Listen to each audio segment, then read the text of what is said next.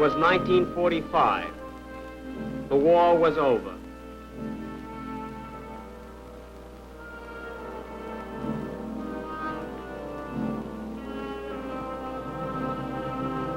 Slowly, painfully, life came back to the ruins of Europe.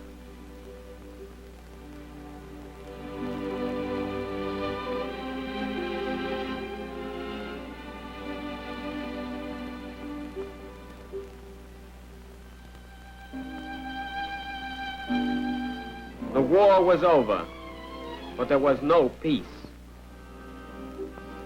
Despair crouched over the continent. Hopelessness circled Europe like a bird of prey. Why? What were the forces who turned nations into rubble heaps and populations into beggars? The people wanted the answers. They wanted to know what happened and why. In the Palace of Justice in Nuremberg, the people of the world came together, for there sat the International Military Tribunal to judge the chief Nazi war criminals.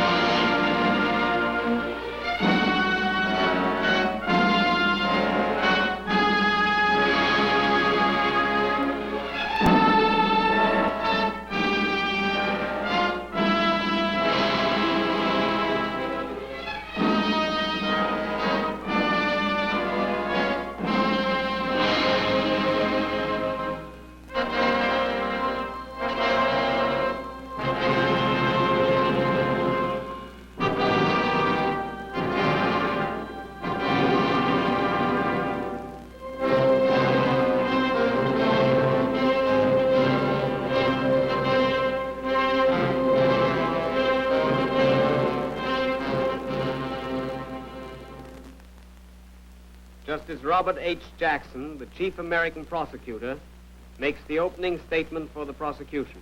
The privilege of opening the first trial in history. The privilege of opening the first trial in history for crimes against the peace of the world imposes a grave responsibility. The wrongs which we seek to condemn and punish have been so calculated, so malignant, and so devastating that civilization cannot tolerate their being ignored because it cannot survive their being repeated. That four great nations, flushed with victory and stung with injury, stay the hand of vengeance and voluntarily submit their captive enemies to the judgment of the law is one of the most significant tributes that power has ever paid to reason. This inquest represents the practical effort of four of the most mighty of nations, with the support of 15 more, to utilize international law to meet the greatest menace of our times, aggressive war. The common sense of mankind demands that law shall not stop with the punishment of petty crimes by little people. It must also reach men who possess themselves of great power and who make deliberate and concerted use of it to set in motion evils which leave no home in the world untouched. In the prisoner's dock sit 20-odd broken men, reproached by the humiliation of those they have led, almost as bitterly as by the desolation of those they have attacked. Their personal capacity for evil is forever past. Merely as individuals, their fate is of little consequence to the world. What makes this inquest significant is that these prisoners represent sinister influences that will lurk in the world long after their bodies have returned to dust. They are living symbols of the arrogance and cruelty of power, of racial hatreds, of terrorism and violence. They are symbols of fierce nationalisms and of militarism, of intrigue.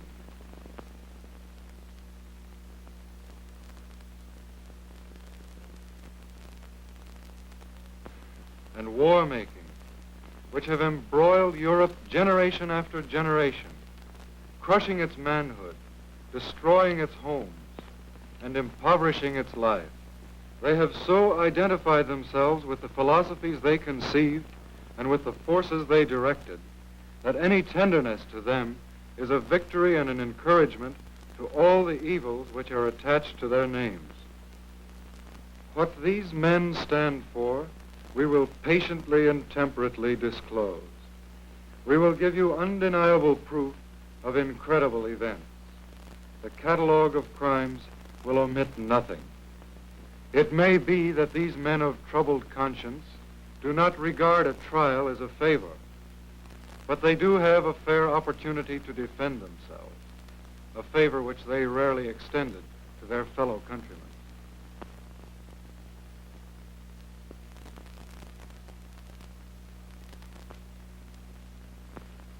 We will not ask you to convict these men on the testimony of their foes. There is no count of the indictment that cannot be proved by books and records.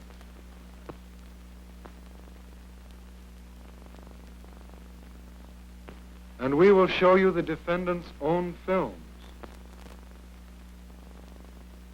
You will see their own conduct and hear their own voices as they reenact for you from the screen some of the events in the course of the conspiracy. The acts of the defendants have bathed the world in blood.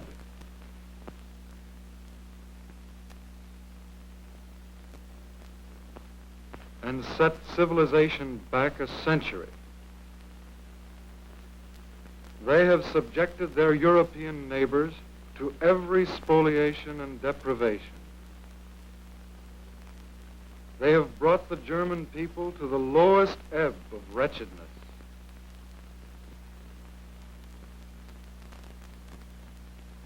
They have stirred hatreds and incited domestic violence on every continent.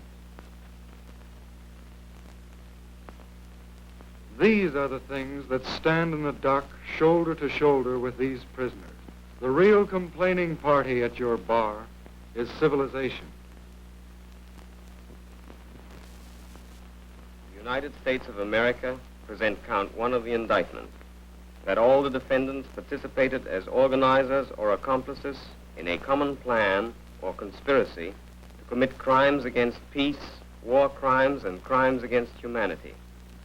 The aims of this conspiracy were open and notorious. The aims of this conspiracy were open and notorious. It was far different from any other conspiracy ever unfolded before a court of justice. Pistol shots, and then wild firing. The heart leapt as old war experiences were relived. Its history is the history of the Nazi Party, which grew from the brawling streets of Munich in the 20s.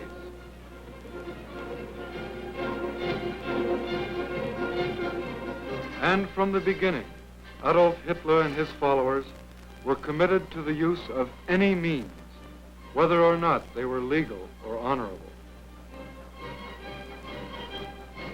Their aim was the highest degree of control over the German community. Their intentions were blatantly put forth in Mein Kampf and the party program.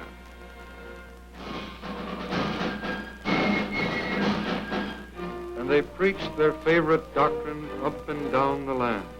They said that persons of a so-called German blood were a master race, entitled to subjugate or even exterminate other races.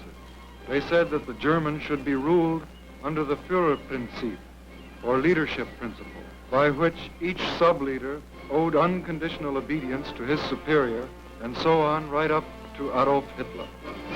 They said that war was a noble and necessary activity of Germany.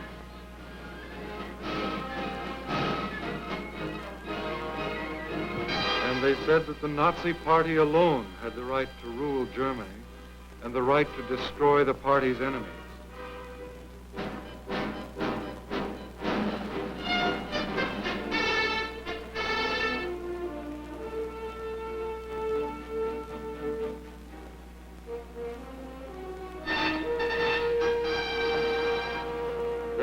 rise to power was based on fraud, deceit, intimidation, and coercion, culminating finally in terror and flame.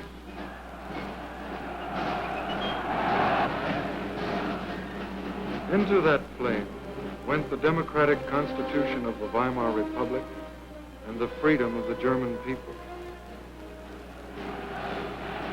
For the fires set by the Nazis extended to the very Reichstag.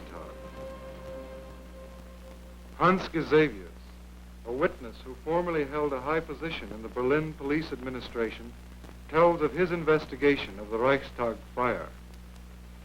Um es kurz zu sagen, zunächst den Tatbestand zu geben, haben wir festgestellt.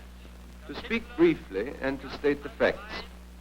First of all, we ascertained that quite generally, Hitler had stated the wish for a large-scale propaganda campaign. Goebbels took on the job of making the necessary proposals, and it was Goebbels who first thought of setting the Reichstag on fire. A group of 10 reliable SA men was made ready, and now Goering was informed about every detail of the plan. It was expected from Goering, and he gave his assurances that he would do so, that the police would be instructed, while still suffering from shock, to take up a false trail. Using the Reichstag fire as a pretext for seizing power, the Nazi conspirators lost no time in tearing Germany away from a policy of peace.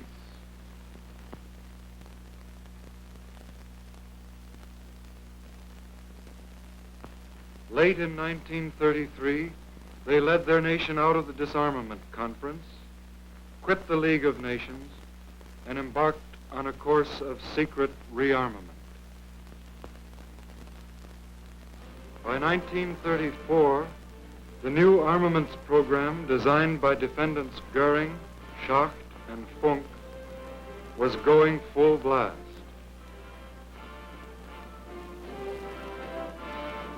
German industry was again turning out the tools of war. The Krupp plants hummed, and 1 year later, Goering could announce, From the strong foundation of the National Socialist ideology, today rises once again the German armed forces. a few days later, General von Blomberg announced the new law for compulsory military service.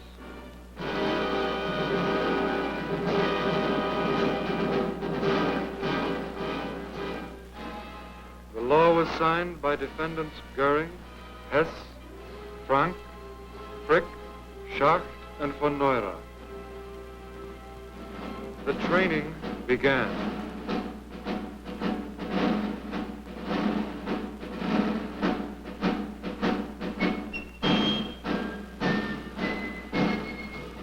Finally, in spring of 1936, the Nazis sent their new troops marching into the Rhineland.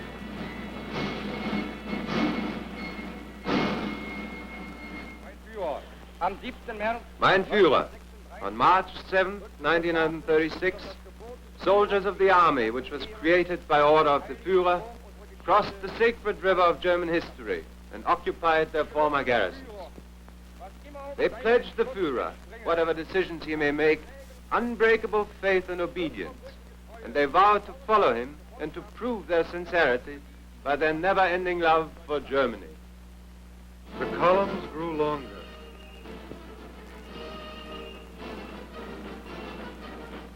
The sound of boots grew louder on the streets of Nuremberg. But Hitler said, The German people is not a people which welcomes a war today, tomorrow, or the day after tomorrow. That is not in the character of the German. He is by nature not only peaceful and peace-loving, but above all conciliatory.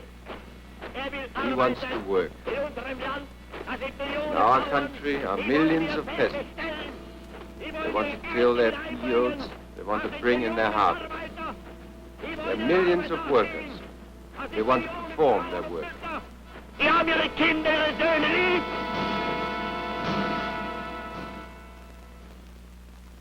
But the Nazi conspirators in the name of Lebensraum, continued to plot new aggressions against peace.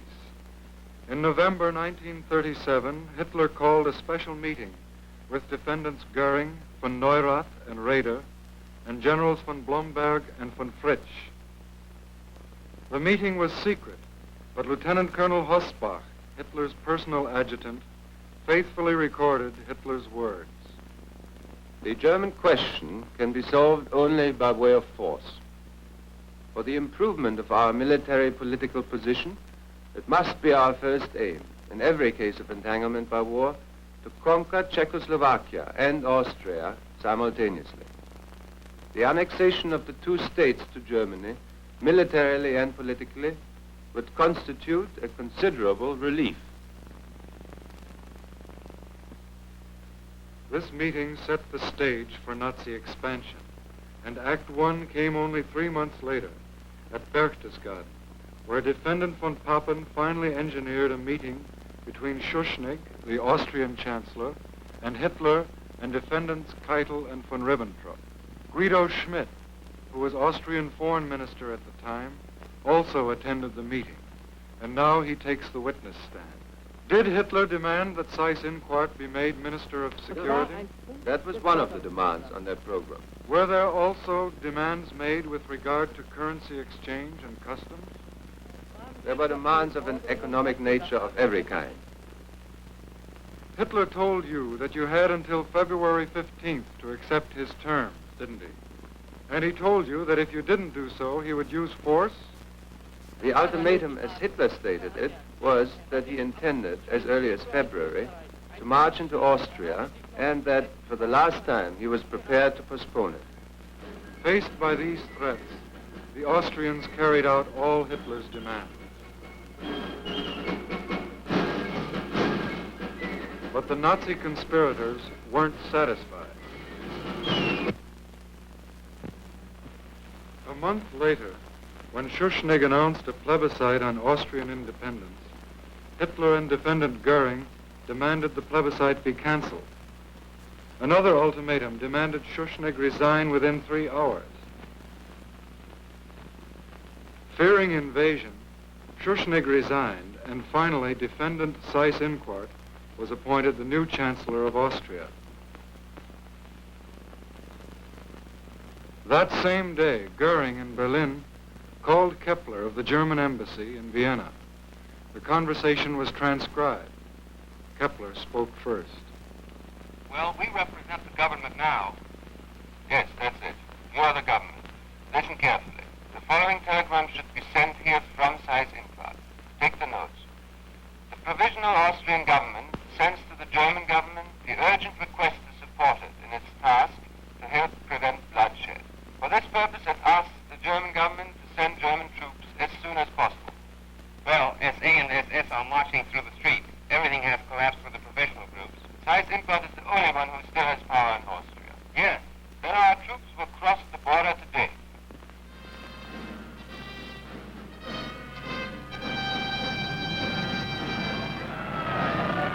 The act was written, joining Austria to Germany, and signed by defendants Seyss-Inquart, Goering, Frick, von Ribbentrop, and Hess. Hitler, of course, had said, Germany neither intends nor wishes to interfere in the internal affairs of Austria, to annex Austria or to conclude an Anschluss. 21st of May, 1935, Adolf Hitler.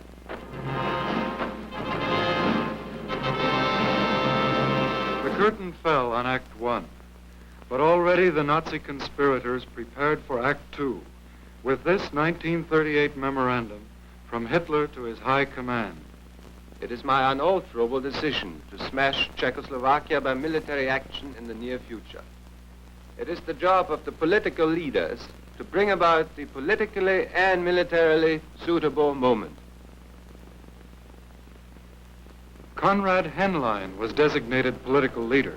The plan was labeled Operation Green, and Defendant Jodl issued another memorandum reading, Operation Green will be set in motion by means of an incident in Czechoslovakia, which will give Germany provocation for military intervention. The fixing of the exact time for this incident is of the utmost importance.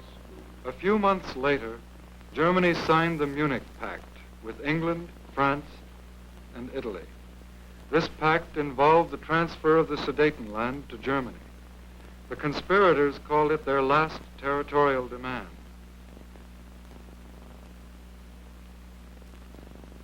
But before the ink was dry, they were making other plans. For Hitler's goal was the complete absorption of Czechoslovakia. And now the Czech president, Hacha, was called to a meeting with Hitler and defendants Goering, von Ribbentrop, and Keitel. They gave him the ultimatum. Bohemia and Moravia would be incorporated into Germany immediately, or Czechoslovakia would be invaded and Prague destroyed from the air. Hacha was helpless. Defendants von Ribbentrop and Frick signed the decree making Bohemia and Moravia a German protectorate. Speaking some months before about the Sudetenland, however, Hitler had said, I have promised, and repeat it here, that there will be no more territorial problems for Germany in Europe. I will be no longer interested in the Czech state, and I will guarantee it. 26 September 1938, Adolf Hitler.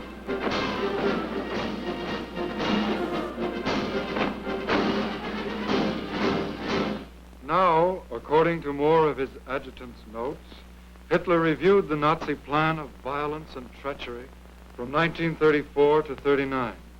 The notes read, First, rearmament. In 1935, the introduction of compulsory military service. After that, militarization of the Rhineland. 1 year later, Austria came. It brought about a considerable reinforcement of the Reich. The next step was Bohemia and Moravia. Then followed the erection of the protectorate, and with that, the basis for action against Poland was laid. Basically, I did not organize the armed forces in order not to strike. The decision to strike was always in me. In the name of the United Kingdom of Great Britain and Northern Ireland, Sir Hartley Shawcross presents Count 2, Crimes Against Peace, charging that all the defendants participated in the planning and waging of wars of aggression, wars in violation of international treaties, agreements, and assurances. The first step was the Rhineland, and the next step was Austria. the Rhineland is occupied, Austria and Czechoslovakia are seized by Germany, and now the Nazi conspirators turn to the next problem, the conquest of Poland. Again, an adjutant, Lieutenant Colonel Schmundt, transcribed Hitler's words. The solution of the problem demands courage.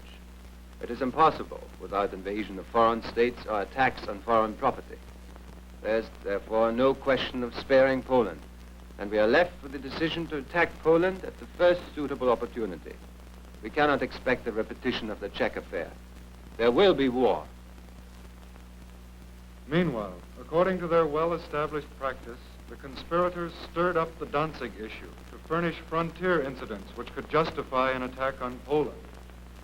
Then, on 23 August, the Nazis signed their non-aggression pact with Russia. Then Hitler told his high command, Now Poland is in the position in which I want her. I'm only afraid that at the last moment some Schweinehund will make a proposal for mediation. appeals were made, twice by the Pope and by President Roosevelt.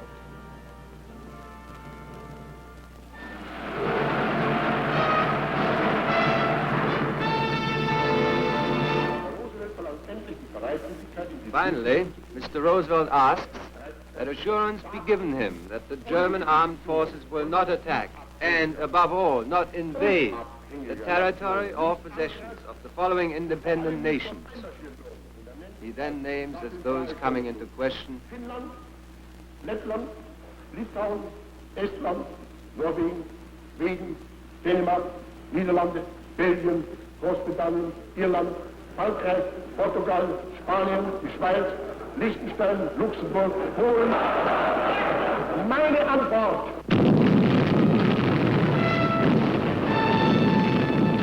On 1 September 1939, the Nazis sent the Wehrmacht smashing into Poland and into a new world war. For France and England, faithful to their mutual assistance pact with Poland, immediately declared war on Germany.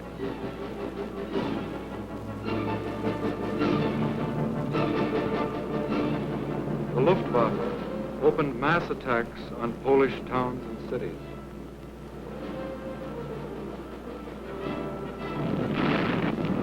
And Hitler, according to Schmundt's notes, said, Destruction of Poland in the foreground. I shall give a propagandist cause for starting the war. Never mind whether it be plausible or not. Have no pity. Take a brutal attitude.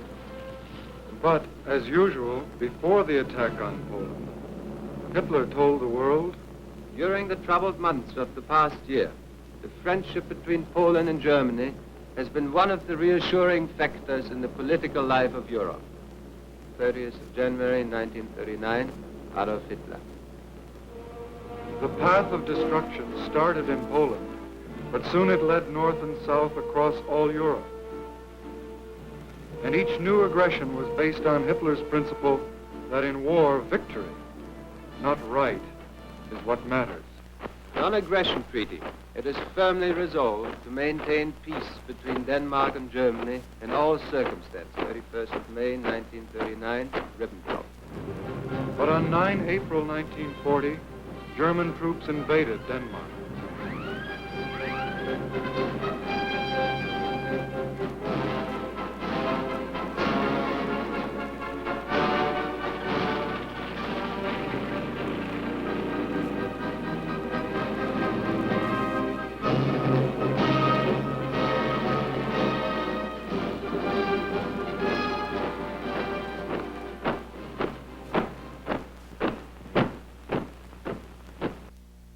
The German Reich government is determined, in view of the friendly relations which exist between Norway and Germany, under no circumstances to prejudice the inviolability and integrity of the Norwegian state. 2nd of September 1939, Deutsches Reich. But on 9 April 1940, German troops invaded Norway.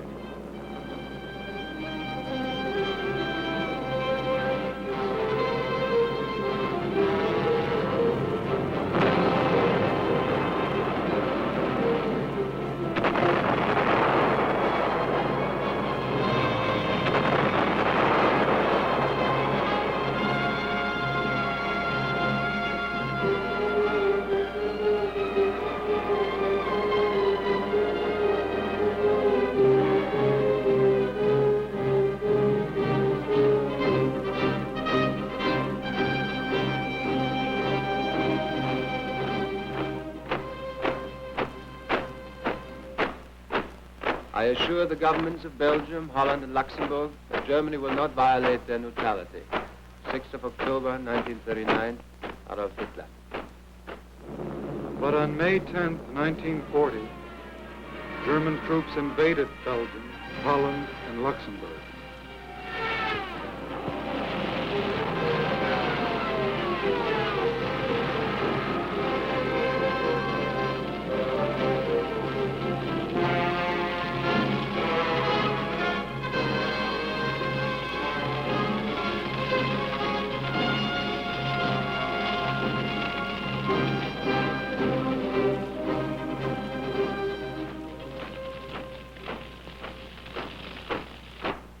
Firmly established, reliable relationship of Germany to Yugoslavia will represent an element of calm to our nerve-wracked continent. This peace is the goal of all who are disposed to perform really constructive work. 1st of June, 1939, Adolf Hitler. But on 6 April 1941, German troops invaded Yugoslavia.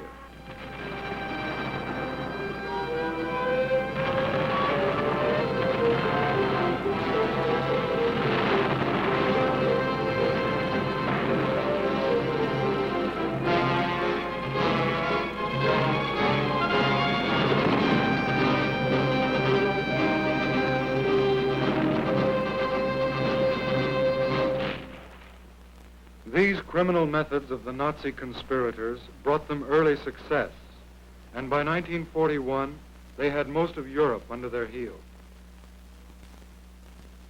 Now an evil ambition for power and more power drove them on.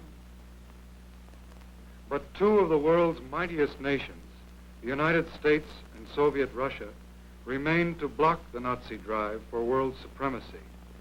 They had to be dealt with firmly, immediately. And now Germany asked for cooperation from her full partner in aggression to the east and from her junior partner to the south. In Berlin, they drew up the Axis Pact, the blueprint of the new order, and parceled out the continents of the world for Axis domination.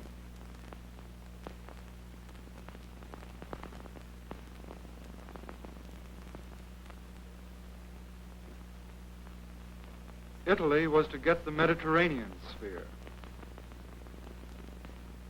Japan was to get the Orient, and to Germany would go the rest of the world.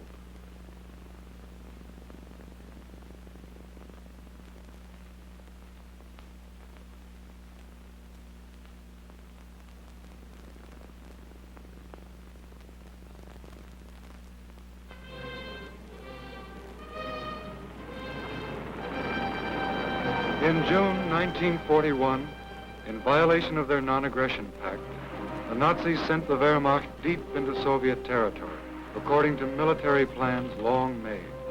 As usual, there was no declaration of war. Hitler had said, "Today Germany, tomorrow the world," and this was tomorrow.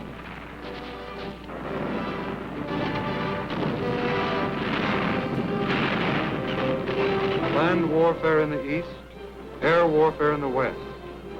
For now, Defendant Goering's Luftwaffe was hurled with full force against the people and cities of Britain. Hitler, after all, had told the Reichstag, "I will blot out their cities."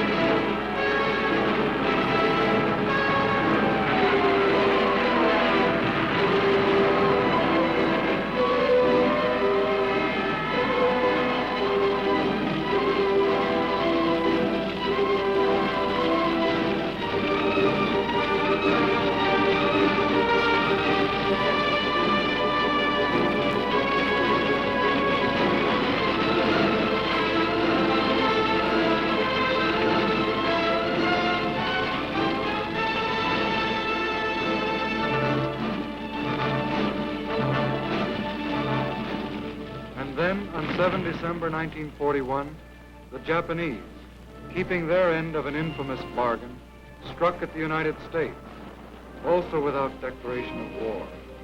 Japanese bombs rained on Pearl Harbor, spreading war finally to the Pacific.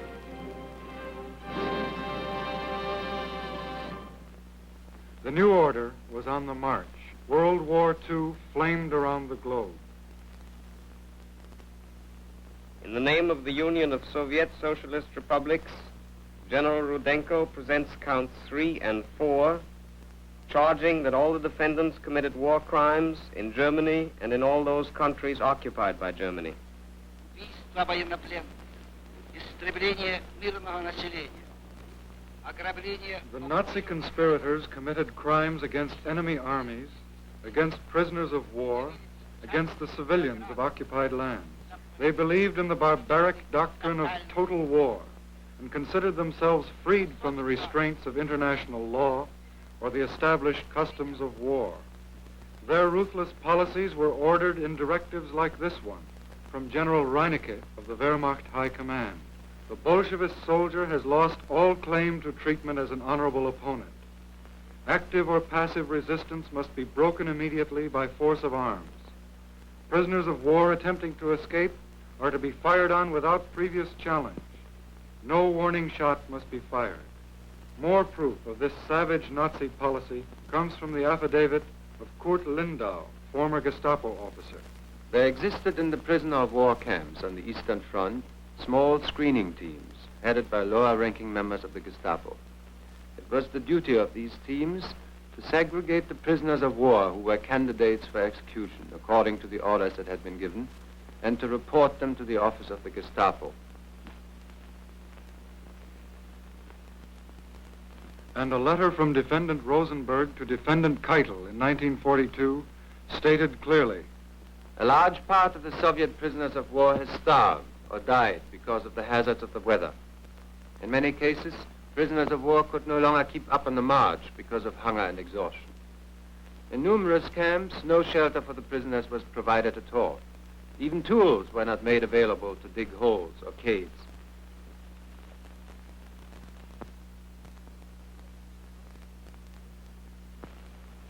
Yet, when some objected that this treatment violated the Geneva Convention, Defendant Keitel answered with this memorandum.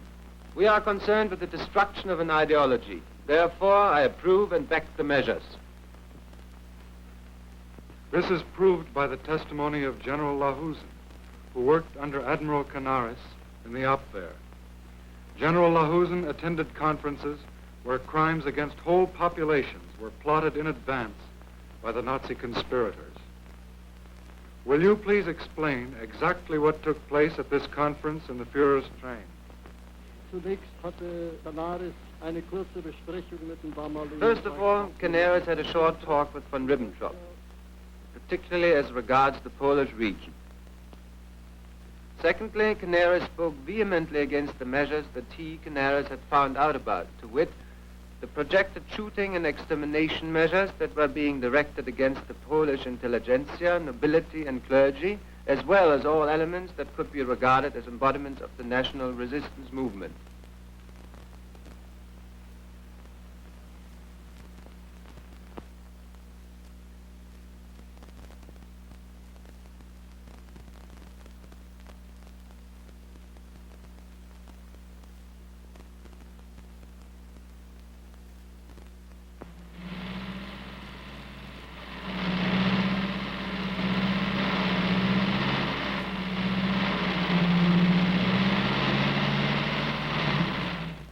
Canaris said at the time, more or less verbatim, that the world will at some time make the armed forces under whose eyes these events have occurred also responsible for these events.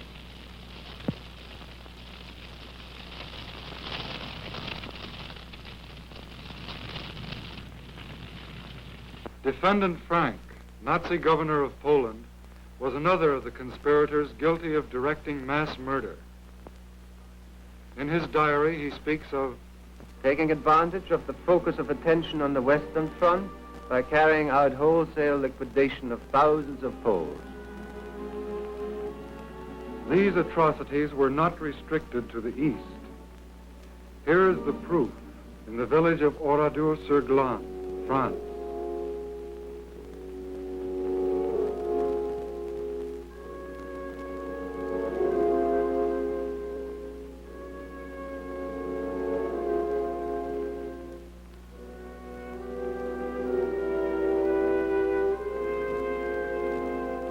Here is the proof in the town of Bonn, Belgium.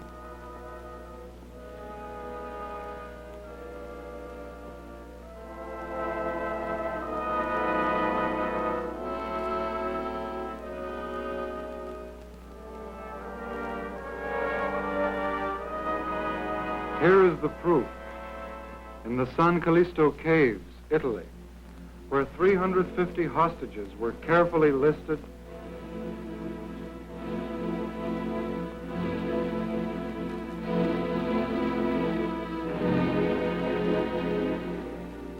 and systematically murdered.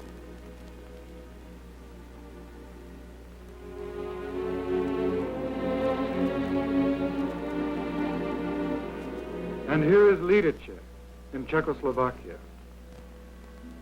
In blind retaliation for the assassination of SS man Heydrich, the Nazis murdered all Lidice's men and sent their women and children into slavery in Germany.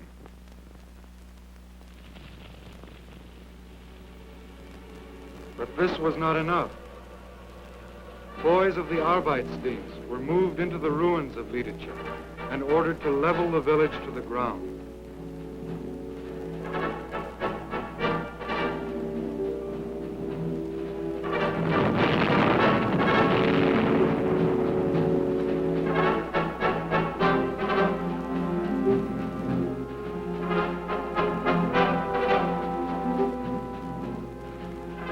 Lidice, was to be the Nazis' example to all occupied peoples. But more terrible still were the concentration camps, which from the beginning had been the conspirators' chief weapon against opposition of every kind. German anti-Nazis were the first victims, but with the war their numbers swelled to include citizens of all the nations of Europe. Their fate is described by witness Rudolf Höss. I commanded Auschwitz until the 1st of December 1943 and estimate that at least 2.5 million victims were executed and exterminated there by gassing and burning.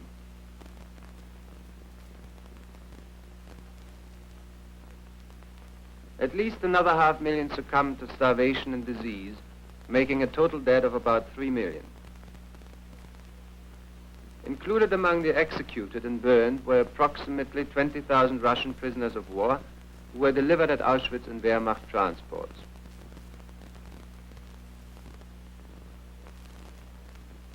The remainder of the total number included about 100,000 German Jews and great numbers of citizens from Holland, France, Belgium, Poland, Hungary, Czechoslovakia, Greece, and other countries.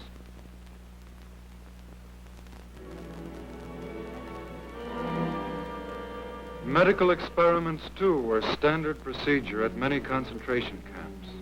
These included lowering the body temperature to 28 degrees centigrade, high-altitude tests in pressure chambers, experiments with poisoned bullets and contagious diseases, and even sterilization experiments. This was genocide, the premeditated destruction of entire peoples. Genocide, the direct result of the Nazis' claim that they had the right to destroy the party's opposition.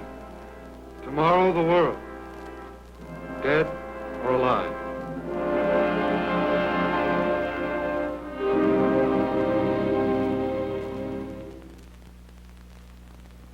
In the name of the French Republic, Monsieur de Menton closes counts 3 and 4, the final charges of the indictment.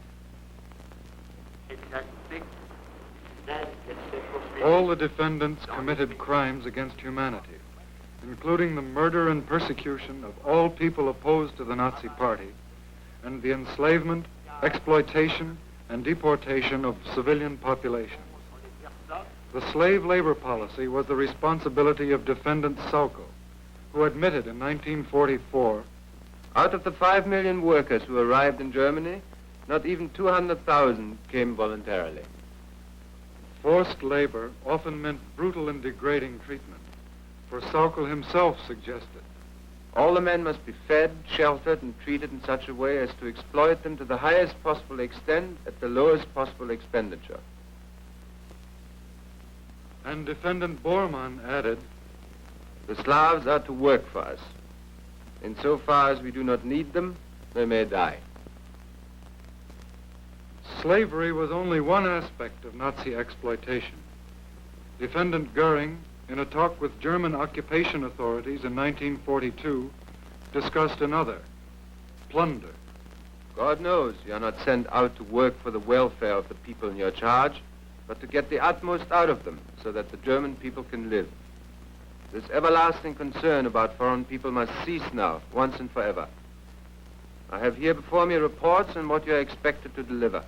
It makes no difference to me in this case if you say that your people will starve.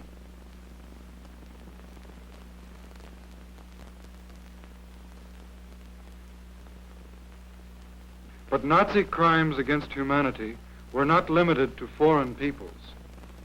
Defendant Frick, as Minister of Interior, directed a program aimed at aged, insane, or incurable Germans, the so-called useless eaters.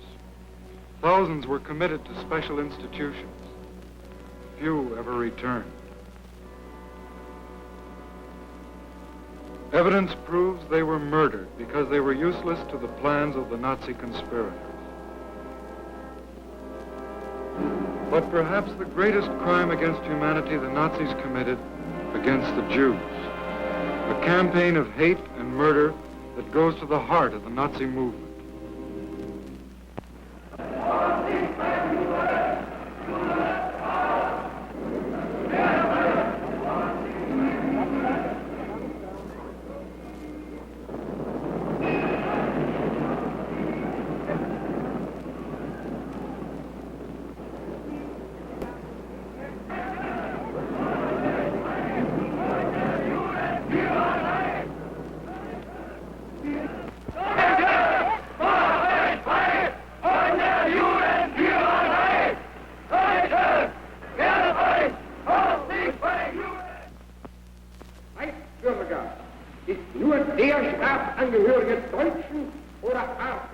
German citizens are only those of German or related blood willing to serve the German Reich and people. Marriages between Jews and citizens of German or related blood are prohibited.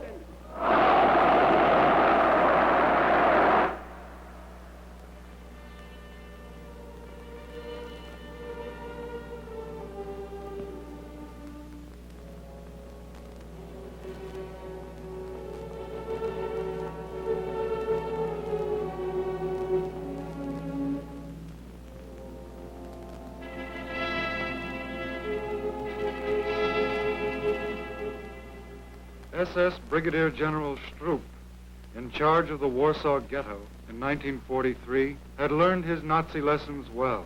In a secret report, he said, The Reichsführer SS ordered on the 23rd of April 1943 the cleaning out of the ghetto with utter ruthlessness.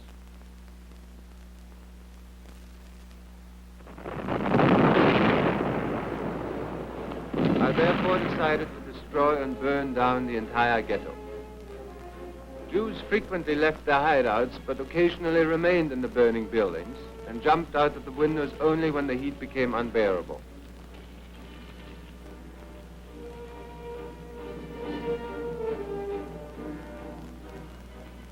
Life in the sewers was not pleasant after the first week. Tear gas bombs were thrown into the manholes, and the Jews were driven out and captured. Countless numbers of Jews were liquidated in sewers and bunkers through blasting. The longer the resistance continued, the tougher became the members of the Waffen-SS, police and Wehrmacht, who always discharged their duties in an exemplary manner. little by little, the Nazis were reaching what they called the final solution, the total extermination of the Jews of Europe. Hess described the process well. We had 2 SS doctors on duty at Auschwitz to examine the incoming transports of prisoners. The prisoners would be marched past one of the doctors who would make spot decisions as they walked by. Those who were fit for work were sent into the camp. Others were sent immediately to the extermination plant. Children of tender years were invariably exterminated, since by reasons of their youth they were unable to work. We endeavored to fool them into thinking they were to go through a delousing process.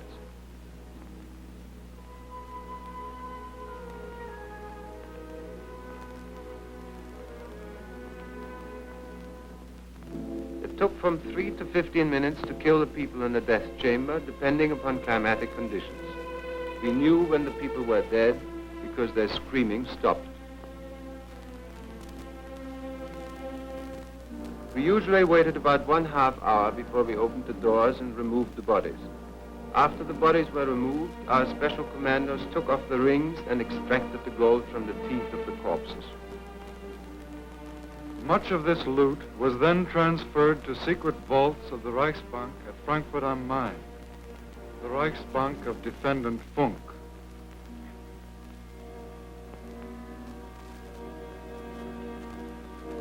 Labor Chief Robert Lai knew that 6 million Jews died in the Nazis' final solution. In his will, he said, In anti-Semitism, we violated a basic commandment of God's creation. It is hard to admit mistakes, but the whole existence of our people is in question. We must have the courage to rid ourselves of anti-Semitism. God has taught me that in my cell in Nuremberg.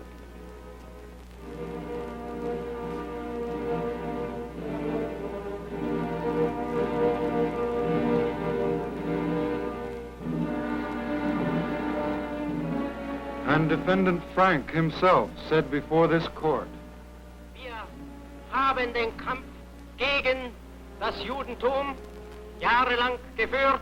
We have fought against Jewry, and we have allowed ourselves to make utterances which are terrible. 1,000 years will pass, and this guilt of Germany will still not be erased. the prosecution rests. The defense begins. They call 61 witnesses and introduce 38,000 affidavits on the defendant's behalf. They submit 136,000 more affidavits on behalf of the SS, 10,000 on behalf of the SA, 7,000 on behalf of the SD, 3,000 on behalf of the General Staff and OKW, 2,000 on behalf of the Gestapo. These attorneys were personally selected by the defendants. Many are well-known German lawyers, and each now rises to plead acquittal for his client. Some make blanket denials of all guilt.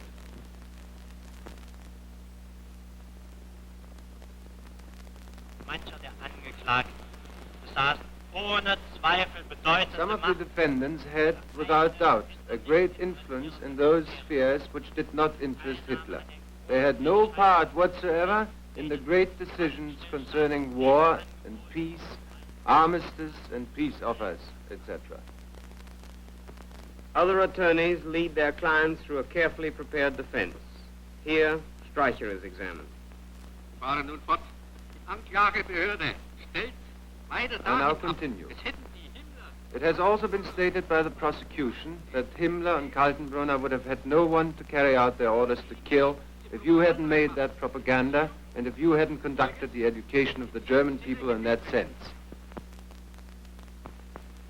Ich glaube nicht, dass die vom Führer den Befehl erhalten haben. I don't believe that those who had been given the order by the Führer to carry out the killings or to pass an order to kill, that those people would have been made to do this by my periodical. Hitler's book, Mein Kampf, existed, and the contents of that book were the authority, the cause. Next comes Kaltenbrunner. Vorwurf gemacht, Sie hätten das Konzentrationslager Mauthausen gegründet. You are accused of establishing Mauthausen, of inspecting and visiting this camp regularly. The witness Hellriegel testified having seen you in this camp, and further testified having seen you at the inspection of gas chambers, and while these gas chambers were in operation.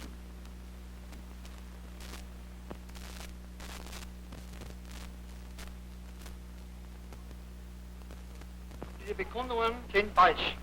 The testimony is wrong. Every concentration camp in the Reich, of which I know anything, was established by Himmler through Pohl. Later, the prosecution is allowed to cross-examine the defendants. Rosenberg is questioned.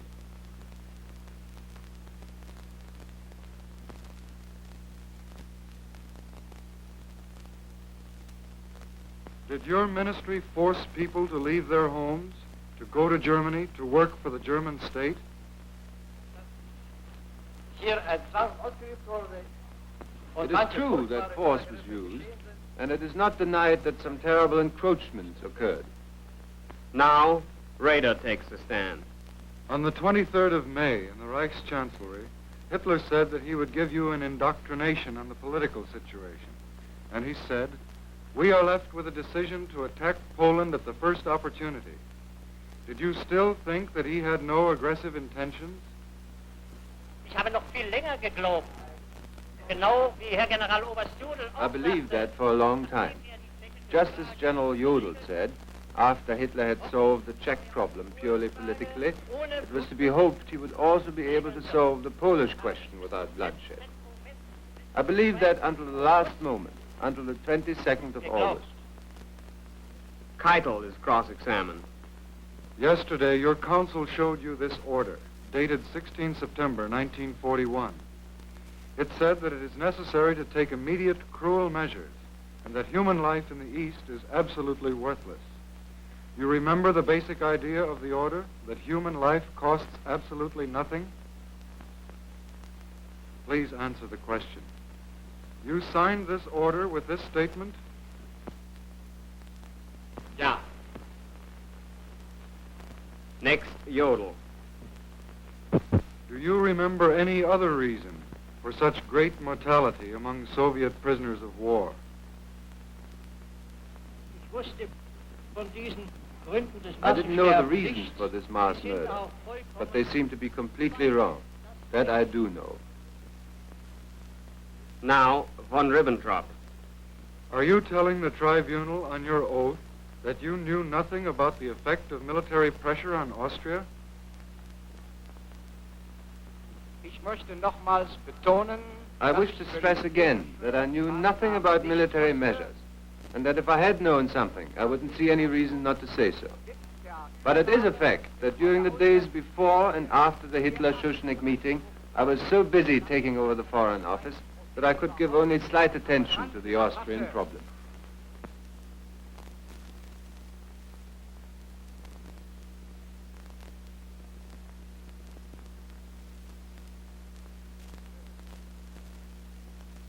Then Goering is cross-examined.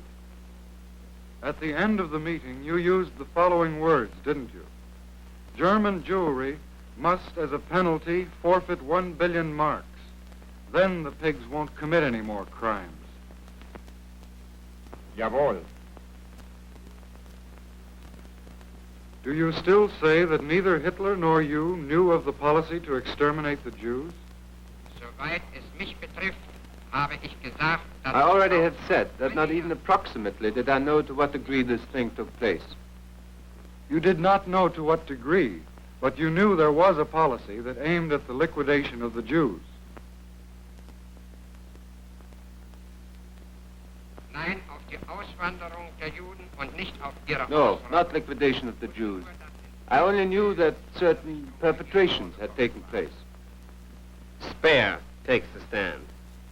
You were present on April 23rd, 1945, when Hitler received the telegram from Goering suggesting that he take over power. What did Hitler say on that occasion?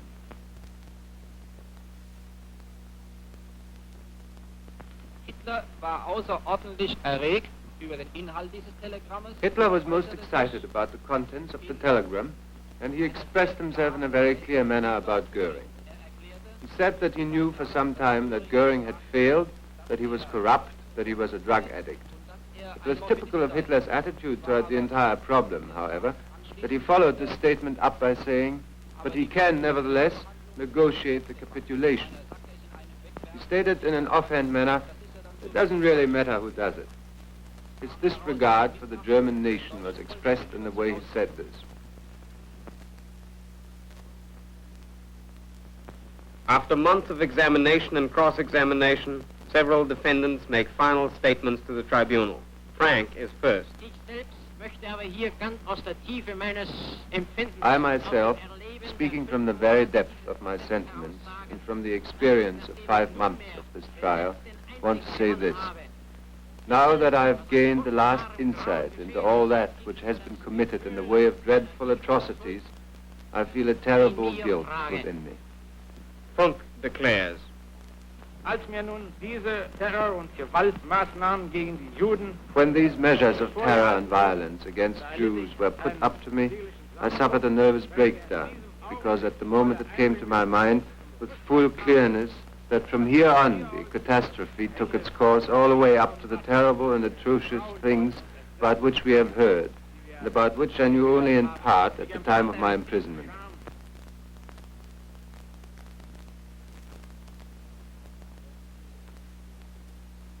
I felt ashamed and guilty at that moment, and I feel the same way today, but it's too late. Now Schirach speaks. It is my guilt that I educated German youth for a man who committed murders millionfold. Schach is next.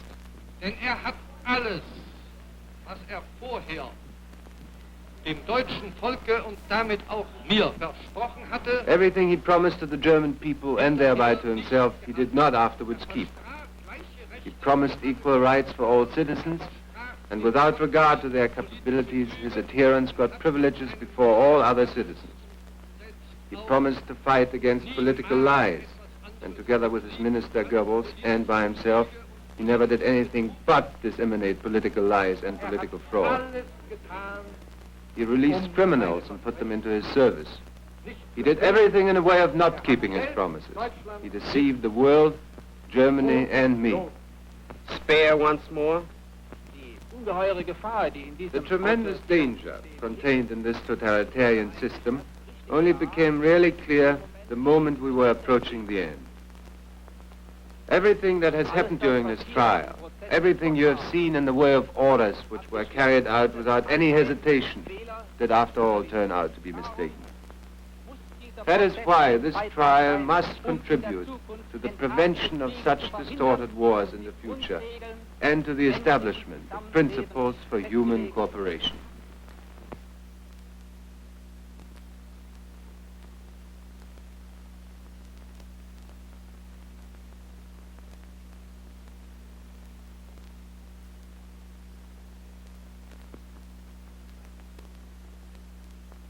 and Keitel again. Ich habe geirrt und war nicht imstande, I erred. verhindern, I was not able to prevent what should have been prevented. That is my guilt. das ist I meine can Schuld. only wish that out of a clear recognition of the causes, of the disastrous methods, and the terrible consequences of this war, there will arise for the German people a new hope for a better future and a community of nations.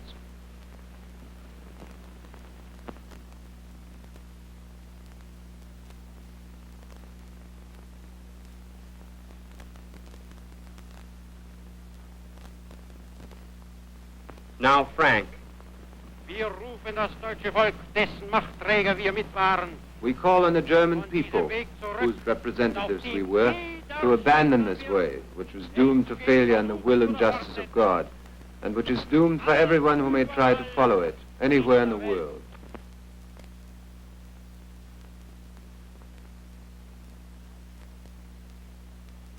The last defendant to speak is Fritzsche. Nun, Sie haben von Hitler nichts Gutes erwartet. You of the prosecution did not expect anything good from Hitler, and you are amazed about the extent of what really happened. But then try to understand the indignation of those who did expect something good from Hitler and were betrayed. I am one of these betrayed.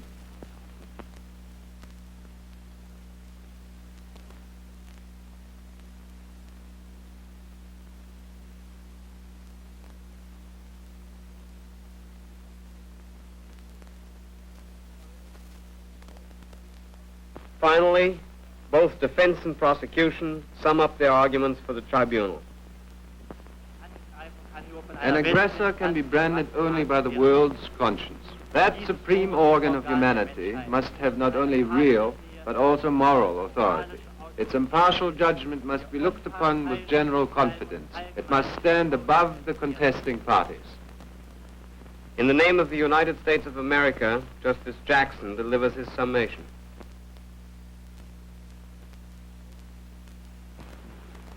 According to the testimony of each defendant, these men saw no evil, spoke none, and none was uttered in their presence. If we combine only the stories from the front bench, this is the ridiculous composite picture of Hitler's government that emerges. It was composed of a number 2 man who never suspected the Jewish extermination program, although he signed over a score of anti-Semitic decrees.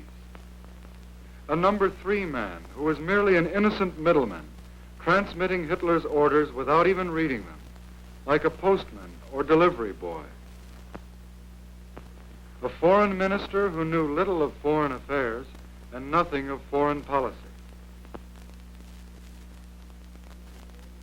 A field marshal who issued orders to the armed forces but had no idea of the results they would have in practice.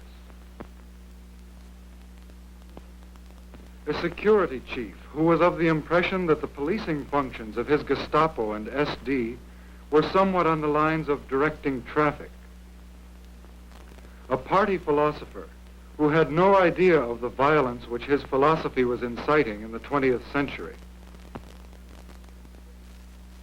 A governor general of Poland who reigned but did not rule. A Gauleiter of Franconia, whose occupation was to pour forth filthy writings about the Jews, but who had no idea that anybody would read them.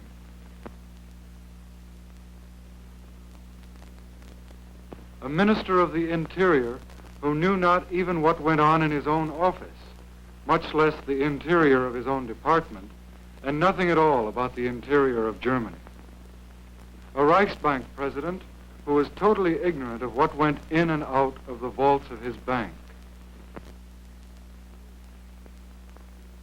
To say of these men that they are not guilty, it would be as true to say there has been no war, there are no slain, there has been no crime.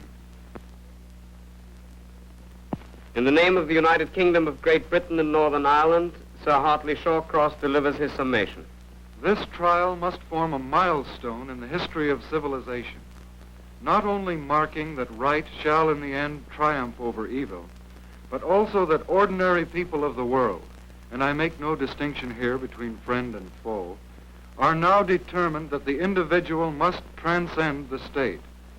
The state and law are made for man, that through them he may achieve a fuller life, a higher purpose, and a greater dignity.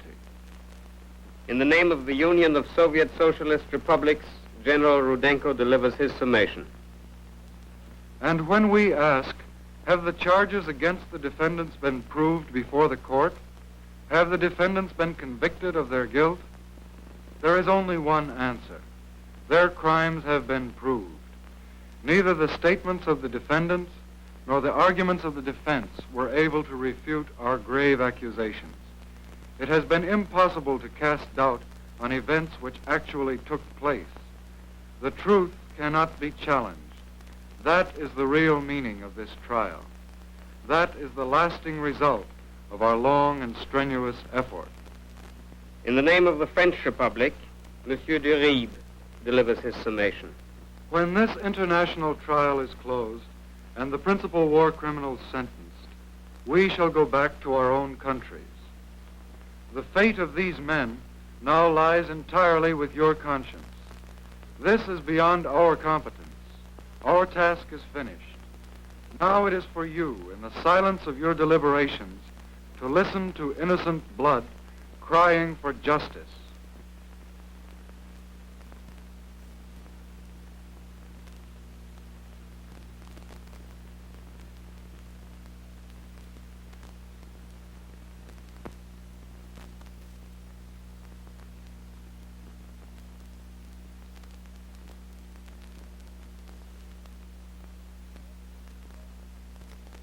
Lord Justice Lawrence, Great Britain, Mr. Francis Biddle, United States, Monsieur de Faber, France, and Major General Nikitchenko, USSR, and their alternates prepare the verdict. It will be based on the opinion of the majority.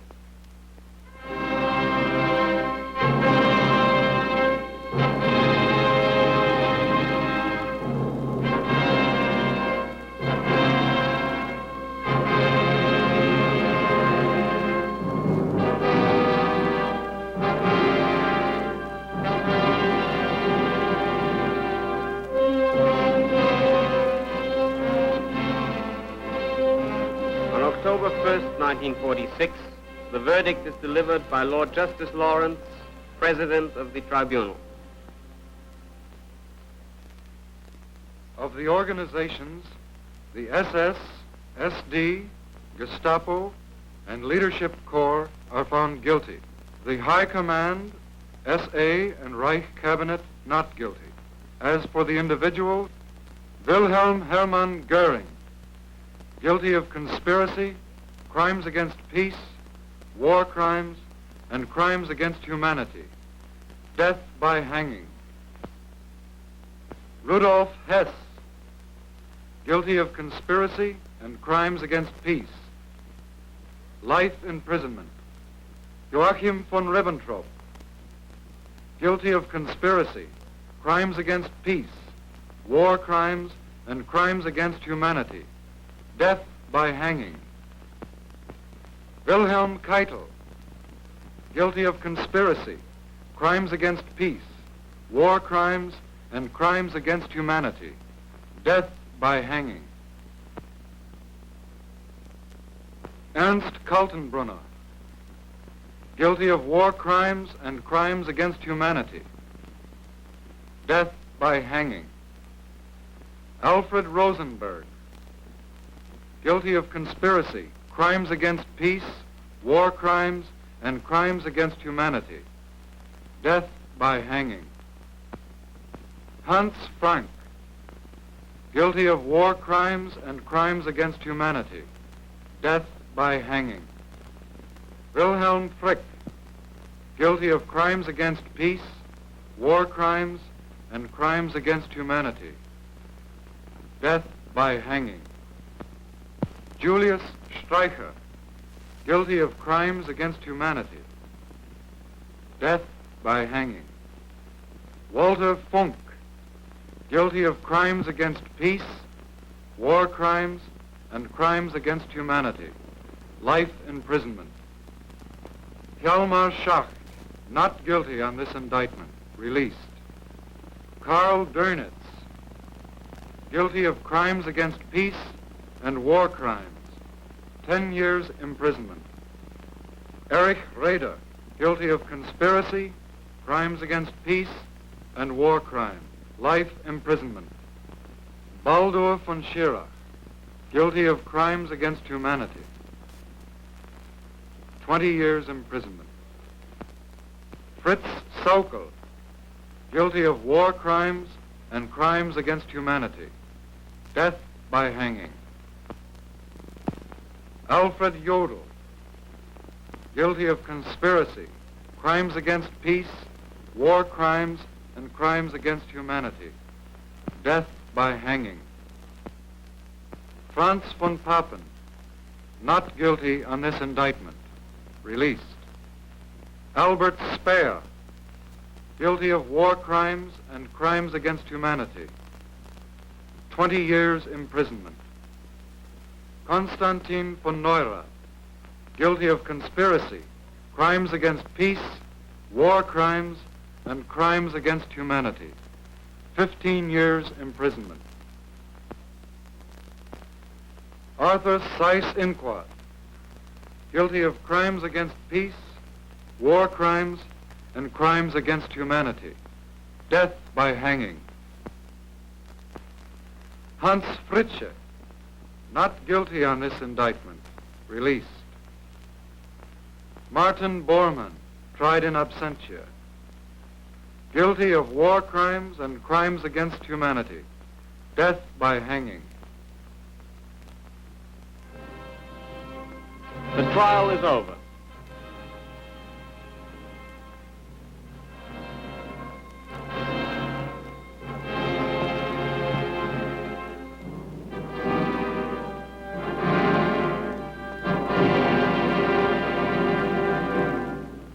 Seven begin their prison sentences. Goering chooses to die by his own hand. The other 10 wait for the gallows.